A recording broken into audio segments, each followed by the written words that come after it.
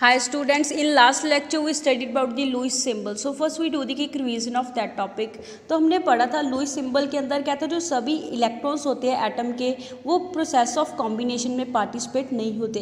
कहते जो inner shell वाले इलेक्ट्रॉन है वो क्या होते हैं, वेल प्रोटेक्टेड होते हैं, जिस वजह से वो कहता है जो केमिकल कॉम्बिनेशन है उसमें जनरली पार्टिसिपेट नहीं करते। कहता जो लुईस पिक्चर होती है एटम की वो किस टर्म में होती है, पॉजिटिवली चार्ज कर्नल की टर्म में होती है, जिसके अंदर कहता क्या चीज़ इंक्लूड होती है, न्यूक्लियस प्लस कहता जो इनर वाले इलेक्ट्रॉन है वो क्या होते हैं, इंक्लूड होते हैं। एंड जो आउटर शेल है उसमें क्या होते हैं कि जो 8 इलेक्ट्रॉन है मैक्सिमम, उसमें क्या होते हैं, कहता उसने 8 इलेक्ट्रॉन को क्या करना होता है, एक्वायर करना होता है। दस कहता हम क्या रिप्रेजेंट करते हैं, मेनली कहता जो इलेक्ट्रॉन आउटर मोस्ट शेल के अंदर प्रेजेंट होते हैं वही क्या करते हैं, केमिकल कॉम्बिनेशन के अंदर पार्टिसिपेट करेंगे ताकि वो क्या कर लें, 8 इलेक्ट्रॉन को अचीव करने। देयरफॉर कहता उसको हम क्या बोलते हैं, वैलेंस शेल इलेक्ट्रॉन्स बोलते हैं। जीएन लुईस ने कहता हमें क्या बताया कि जो वैलेंस इलेक्ट्रॉन होते हैं वो क्या करते हैं, उसको हम लुईस सिंबल के साथ डोनेट करेंगे या फिर क्या करते हैं, इलेक्ट्रॉन डॉट सिंबल के साथ उसको क्या करते हैं, नोटेट करते हैं। नेक्स्ट हमने पढ़ा था लुईस सिंबल्स ऑफ इलेक्ट्रॉन और इलेक्ट्रॉन डॉट सिंबल्स के बारे में पढ़ा था।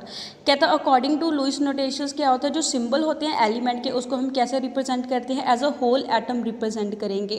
मीन्स कहता ये जो सिंबल है वो हमें क्या बताता है, nucleus plus inner shell energy के बारे में बताता है। एंड जो इलेक्ट्रॉन है उसको हम डॉट या क्रॉस के साथ क्या करते हैं, रिप्रेजेंट करते हैं।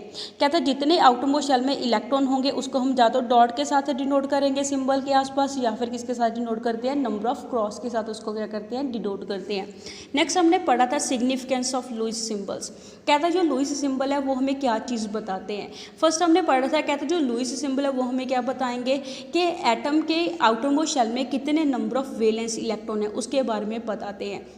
ऑल्सो कहता है वहाँ से हमें क्या पता कर लेते हैं, कॉमन ग्रुप के बारे में पता कर लेते हैं कि वो किस ग्रुप को बिलोंग करता है। जैसे कहता है क्या होता है कि जितने नंबर ऑफ इलेक्ट्रॉन उसके आउटरमोस्ट शेल में होते हैं उतने वो ग्रुप को क्या करेगा, बिलोंग करेगा।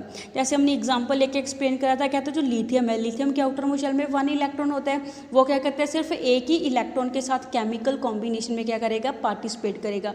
या तो वो एक इलेक्ट्रॉन को लूज कर देगा या फिर क्या करेगा, शेयरिंग करेगा, जिस वजह से वो क्या होता है, मोनोवेलेंट होता है।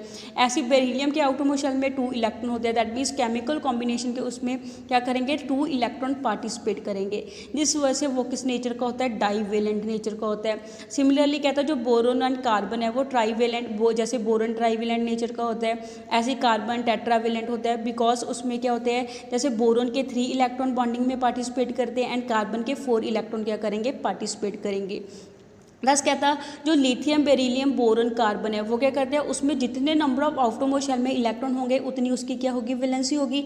जबकि कहता है nitrogen oxygen fluorine and neon के केस में क्या होता है, उसकी वैलेंसी को हम 8 से माइनस करके क्या करते हैं, फाइंड आउट करते हैं। तो कहता है जो कॉमन वैलेंस होते हैं, मीन्स कॉमन वैलेंस इलेक्ट्रॉन होते हैं एटम के अंदर, जाता वो किसके इक्वल होते हैं, नंबर ऑफ डॉट के इक्वल होंगे कि लुईस सिंबल में कितने नंबर ऑफ डॉट है, या फिर उसको हम कैसे फाइंड आउट करते हैं, 8 से नंबर ऑफ डॉट्स को क्या कर लेते हैं, माइनस करके फाइंड आउट कर लेते हैं। Now we come to today's topic, that is आज हम क्या करेंगे, लुईस सिंबल के बेसिस के ऊपर कुछ एग्जांपल्स को डिस्कस करेंगे। जैसे फर्स्ट एग्जांपल क्या है, write Lewis dot symbol for the following atoms and ions. कहता हमारे पास कुछ एटम या फिर आइंस गिवन दिए हुए हैं, इसकी हमने क्या करना है, इलेक्ट्रॉन डॉट सिंबल को लिखना है या फिर लुईस डॉट सिंबल को लिखना है। जैसे ऑक्सीजन है, ऑक्सीजन का एटॉमिक नंबर कितना होता है, 8 एटॉमिक नंबर होता है, एंड उसके आउटरमोस्ट शेल में कितने नंबर ऑफ इलेक्ट्रॉन होते हैं, 6 नंबर ऑफ इलेक्ट्रॉन होते हैं। तो कहता हमारे पास जो ऑक्सीजन है, ऑक्सीजन के इलेक्ट्रॉन को किसके साथ डिनोट करेंगे, 6 डॉट के साथ क्या करते हैं, रिप्रेजेंट करते हैं उसके सिंबल के अराउंड। ऐसी O2 negative, O2 negative means उसने 2 इलेक्ट्रॉन को क्या करा है, गेन करा है, तो उसके सिंबल के आसपास हम क्या करेंगे, 8 डॉट लगा देंगे एंड उसके ऊपर क्या लगाएंगे, 2 नेगेटिव साइन लगा देते हैं। 2 नेगेटिव यहाँ पे किसको रिप्रेजेंट करता है कि उसने 2 इलेक्ट्रॉन को क्या करा है, गेन करा हुआ है। ऐसे magnesium 2 positive, magnesium 2 positive means उसने मैग्नीशियम ने स्टेबल होकर क्या करा है, 2 इलेक्ट्रॉन को लूज करा है। कहते हैं जब मैग्नीशियम स्टेबल होने के लिए 2 इलेक्ट्रॉन को लूज करेगा, जैसे मैग्नीशियम है, मैग्नीशियम के आसपास हमें यहाँ पे कितने डॉट शो हो रहे हैं, टोटल 8 डॉट यहाँ पे क्या हो रहे हैं, शो हो रहे हैं। मीन्स कहता जब मैग्नीशियम अपने 2 इलेक्ट्रॉन को लूज़ कर देगा उस दौरान वो क्या करते हैं, स्टेबल नोबल गैस कन्फिग्रेशन को अचीव कर लेगा, जिसको हम 8 डॉट के साथ क्या करते हैं, रिप्रेजेंट करते हैं। ऐसे कहता है phosphorus 3 negative. Phosphorus 3 negative means कहता है जो फॉस्फोरस है किसको बिलोंग करता है, ग्रुप 15 को बिलोंग करता है।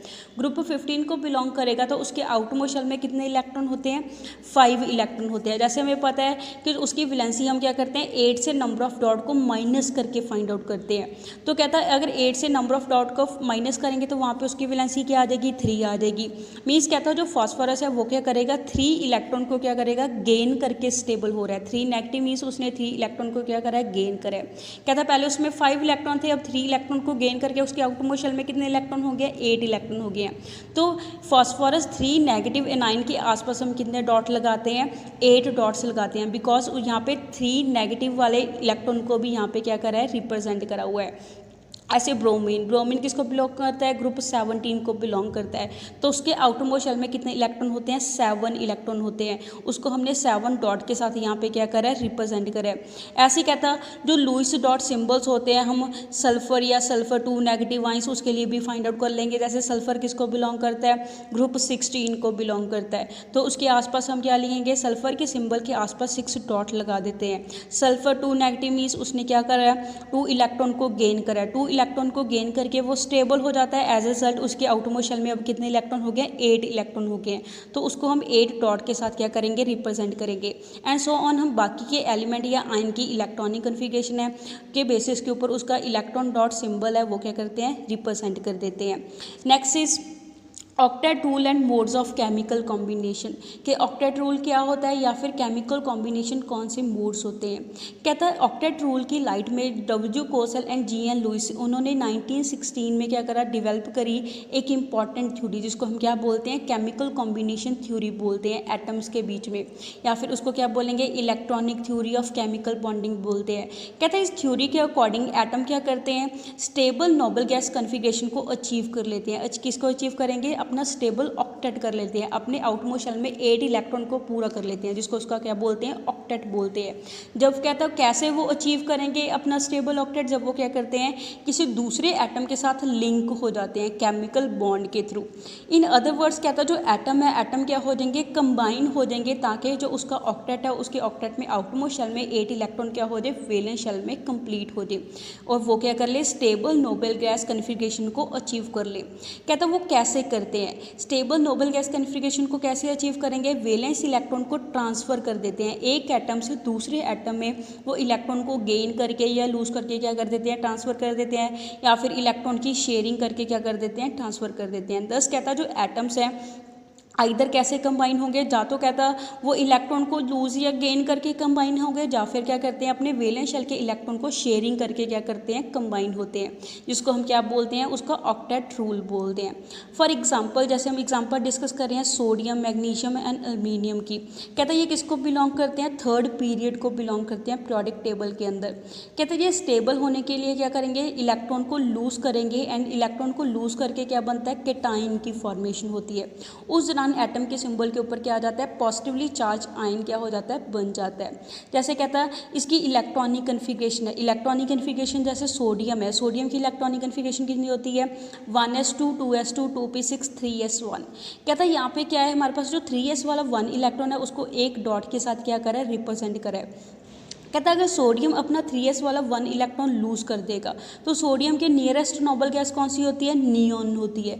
नियॉन की इलेक्ट्रॉनिक कन्फिग्रेशन कितनी होती है, 1s2 2s2 2p6। कहता है अगर ये अपना 3s वाला 1 इलेक्ट्रॉन लूज कर देगा तो ये क्या करेगा, नियॉन वाली स्टेबल नोबल गैस कन्फिग्रेशन को अचीव कर लेगा।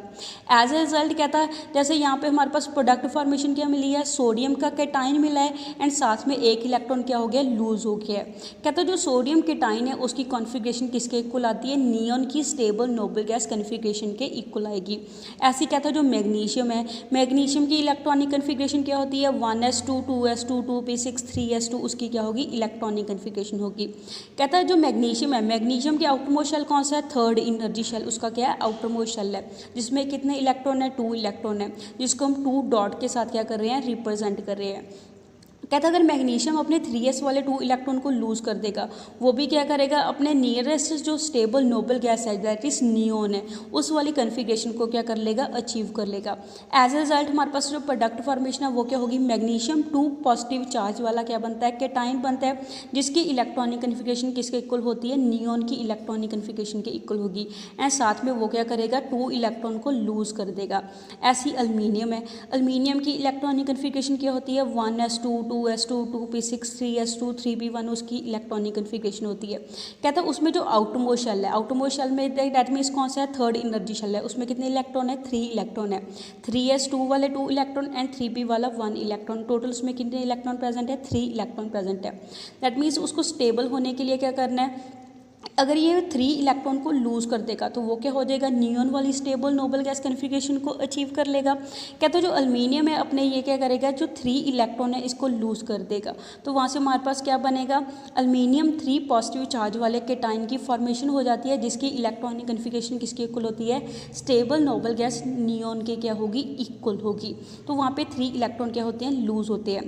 कहता है ये जो डॉट्स लगाए हैं इन सिंबल के साथ वो क्या रिप्रेजेंट करते हैं, इलेक्ट्रॉन को रिप्रेजेंट करते हैं कि उनके वैलेंस शेल में कितने नंबर ऑफ इलेक्ट्रॉन है।